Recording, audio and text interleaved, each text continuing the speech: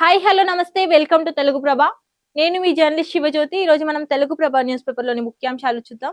సర్వభ్రష్ట సర్కార్ future city పేరుతో real estate దందా జరుపుతుంది అంటూ కూడా ఇక్కడ బీఆర్ఎస్ అధినేత కేసీఆర్ పేర్కొన్నారు. సో హైదరాబాద్ లోని తెలంగాణ భవన్ లో ఆదివారం జరిగిన పార్టీ కార్యవర్గ సమావేశంలో బీఆర్ఎస్ అధినేత కేసీఆర్ పాల్గొన్నారు. అందులో భాగంగా తను మాట్లాడుతూ కాంగ్రెస్ పై నిప్పులు చెరిగారు. చూద్దాం.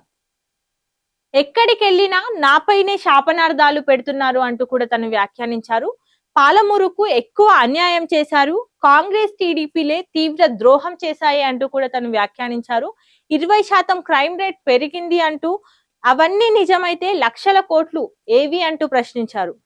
కేంద్రాన్ని ఎండగట్టి పెద్ద ఎత్తున ఉద్యమిస్తామంటూ కూడా తను వ్యాఖ్యానించారు.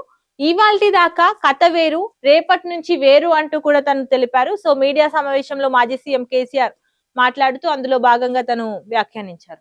కేసీఆర్ ఒక ఆర్థిక ఉగ్రవాది అంటూ 8 లక్షల కోట్ల అప్పు చేసిండు అంటూ కూడా ఇక్కడ సీఎం రేవంత్ రెడ్డి వ్యాఖ్యానించారు. ఆయన రాష్ట్రానికి చేసిన మంచి కంటే కూడా కీడే ఎక్కువ అంటూ కూడా తను ప్రస్తావించారు. సో పంచాయతీ ఎన్నికల్లో వాత పెట్టడంతో కలుగులోంచి వచ్చిన ఎలుకల బయటికి వచ్చిండు అంటూ తను ప్రస్తావించారు.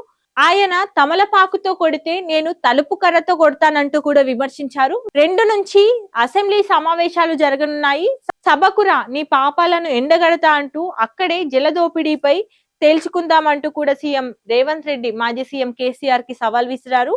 కుర్చీ కోసం కొడుకు, తన చావు కోసం అల్లుడు ఎదురు చూస్తున్నారని ఎద్దేవా చేశారు. బీఆర్ఎస్ అంతర్గత పోరుపై తీవ్ర విమర్శలు చేశారు. సీఎం కావాలని కేటీఆర్ కొత్త బట్టలు కుట్టించుకున్నారంటూ సెటైర్లు కూడా వేశారు. ఇక్కడ చూసుకున్నట్టయితే మేడారం జాతర పోస్టర్ ను ఆవిష్కరించిన సీఎం రేవంత్ రెడ్డి మరియు పలువురు మంత్రులు ఈ దృశ్యంలో కనిపిస్తున్నారు. చూద్దాం.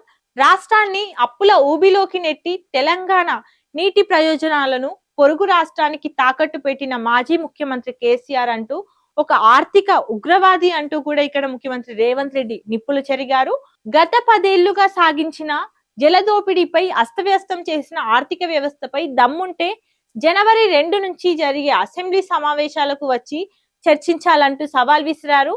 ఆదివారం నిర్వహించిన మీడియా చిట్చాట్ లో కేసీఆర్ ఆరోపణలను తిప్పికొట్టిన రేవంత్ రెడ్డి బీఆర్ఎస్ పార్టీలో జరుగుతున్న వారసత్వ పోరును ఎండగడుతూ కేటీఆర్ తన తండ్రి కుర్చీ కోసం, హరీష్ రావు ఆయన చావు కోసం ఎదురు చూస్తున్నారంటూ ఘాటిగా విమర్శించారు.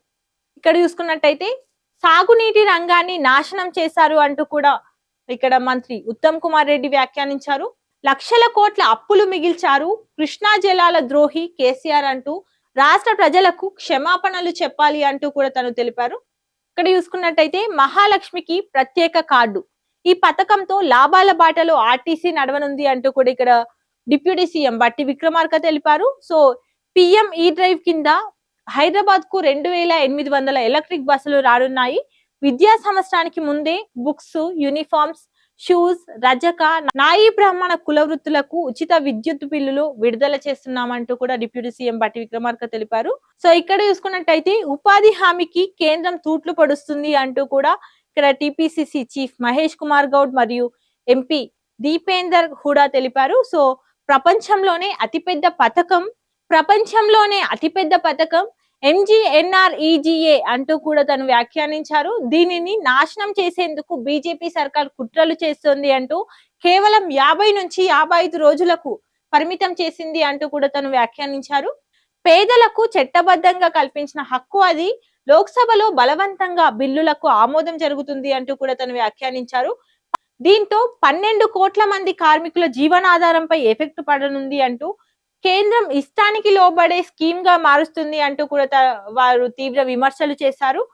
నేషనల్ హెరాల్డ్ కేసులో సత్యమే గెలిచింది అంటూ కూడా తను వ్యాఖ్యానించారు. 6 గ్యారెంటీలపై మౌనమేళ అంటూ కూడా ఇక్కడ కేంద్ర మంత్రి కిషన్ రెడ్డి సోనియా గాంధీకి బహిరంగ లేఖ రాశారు. తుగ్గూడలో ఇచ్చిన హామీ మర్చిపోయారా అంటూ ప్రశ్నించారు. విజన్ డాక్యుమెంట్ తో కొత్త ఆశలు కల్పించడం ప్రజలను మోసం చేయడమే అవుతుంది అంటూ కూడా తను వ్యాఖ్యానించారు.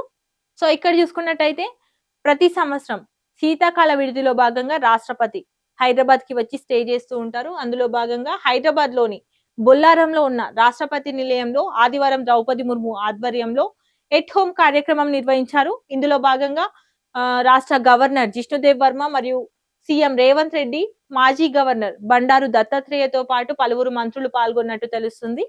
నేడు కొలువు తీరనున్న కొత్త సర్పంచులు ప్రమాణ స్వీకారానికి ఏర్పాట్లు చేస్తున్న అధికారులు 20 నేడు కొలువు తీరనున్న కొత్త సర్పంచీలు తెలంగాణలో స్థానిక ఎన్నికలు ముగిశాయి. సో మూడు విడతల్లో భాగంగా కొన్ని గ్రామాలు ఏకగ్రీవంగా ఎన్నికయ్యారు. మొత్తానికి సర్పంచ్ ఎలక్షన్స్ పూర్తయ్యాయి. ఈ రోజు డిసెంబర్ 22వ తేదీన సర్పంచులు ప్రమాణ స్వీకారం చేయనున్నారు. రాష్ట్ర వ్యాప్తంగా 12,727 మంది సర్పంచులు, ఉప సర్పంచులు మరియు 1,12,242 మంది వార్డు సభ్యులుగా ప్రమాణ స్వీకారం చేయనున్నారు. సో ఇవండి ఈ రోజు తెలుగు ప్రభ న్యూస్ పేపర్ లోని ముఖ్యాంశాలు. మరిన్ని అప్డేట్స్ కోసం చూస్తూనే ఉండండి తెలుగు ప్రభ.